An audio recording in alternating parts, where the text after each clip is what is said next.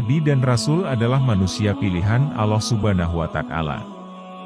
Mereka diutus ke muka bumi untuk menyampaikan firman Allah dan menuntun umat manusia untuk menyembah hanya kepada Allah Subhanahu wa Ta'ala. Tuhan yang esa dan yang memiliki kekuasaan di muka bumi ini. Namun, secara umum umat Islam lebih mengenal adanya 25 nabi dan rasul. Namun sebenarnya jumlah nabi dan rasul ada lebih dari itu. Banyak di antara mereka yang juga membawa pesan-pesan yang disampaikan oleh Allah Subhanahu wa Ta'ala. Sebab, sebagai umat muslim kita wajib mengimani adanya nabi dan rasul Allah. Baik yang nama dan sejarahnya sering kita dengar maupun yang tidak. Di antara ribuan nabi dan rasul, ada kisah Nabi Samun Al-Ghazi. Kisah Nabi Samun Al-Ghazi, dengan kecintaannya kepada Allah Subhanahu wa Ta'ala diceritakan dalam Al-Quran.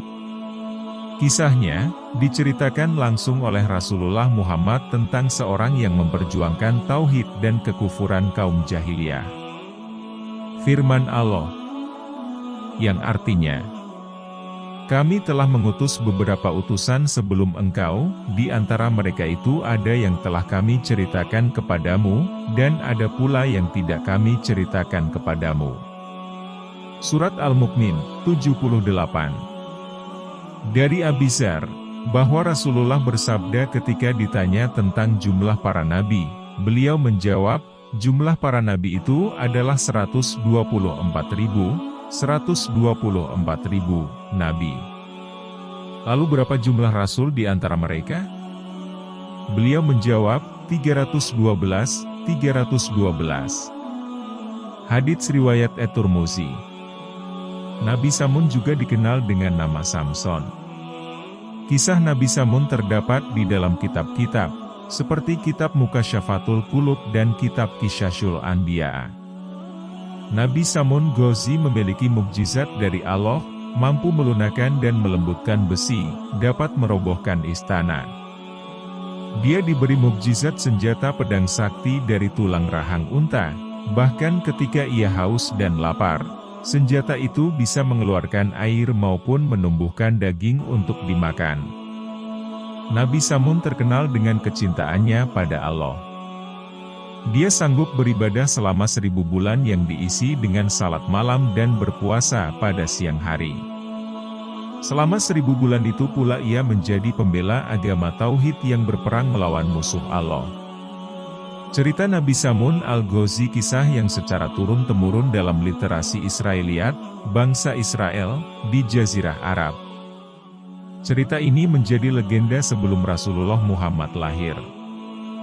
Di kitab Mukasyafatul Qulub karangan Al-Ghazali, diceritakan bahwa Rasulullah berkumpul bersama para sahabat di bulan suci Ramadan. Kemudian Rasulullah bercerita tentang Nabi Samun Ghazi dari Bani Israel yang diutus di tanah Rom. Anugerah kekuatan, keberanian dan keperkasaan Nabi Samun dipergunakan untuk menentang penguasa kaum kafirin pada masa itu, yakni Raja Israel. Tak ada yang mampu mengalahkan. Akhirnya Raja Israel mencari jalan untuk menundukkan Nabi Samun. Sampai akhirnya diadakan sayembara, yang dapat menangkap Samun Ghazi, mendapat hadiah emas dan permata yang berlimpah ruah. Sosok yang turut andil menangkap Nabi Samun Ghazi tak lain, adalah istrinya yang berkhianat. Istrinya tergiur harta dunia dari raja. Karena sayangnya dan cintanya kepada istrinya, Nabi Samun berkata kepada istrinya, tentang rahasia kelemahannya. Jika kau ingin mendapatkanku dalam keadaan tak berdaya, maka ikatlah aku dengan potongan rambutku. Akhirnya Nabi Samun Ghazi diikat oleh istrinya saat tertidur, lalu dia dibawa ke hadapan raja. Beliau disiksa dengan dibutakan kedua matanya, dan diikat serta dipertontonkan di istana raja. Tubuhnya dilukai, disiksa dengan aman keji, diperlakukan begitu zalim. Sampai tiada daya, Nabi Samun Ghazi berdoa kepada Allah. Beliau berdoa dengan dimulai dengan bertaubat memohon ampun. Kemudian memohon pertolongan atas kebesaran Allah. Doa Nabi Samun diijabah Allah, dan istana raja bersama seluruh penghuninya mampu dihancurkan beserta istri dan para keluarga yang mengkhianatinya. Kemudian Nabi bersumpah kepada Allah Subhanahu wa Ta'ala, akan menebus semua dosa-dosanya, dengan berjuang menumpas semua kebatilan dan kekufuran yang lamanya 1000 bulan tanpa henti. Ketika Rasulullah selesai menceritakan cerita Nabi Samun Ghazi yang berjuang fisabilillah selama 1000 bulan, salah seorang sahabat Nabi berkata, "Ya Rasulullah, kami ingin juga beribadah seperti Nabiullah Samun Ghazi." Kemudian Rasulullah Shallallahu Alaihi Wasallam diam sejenak.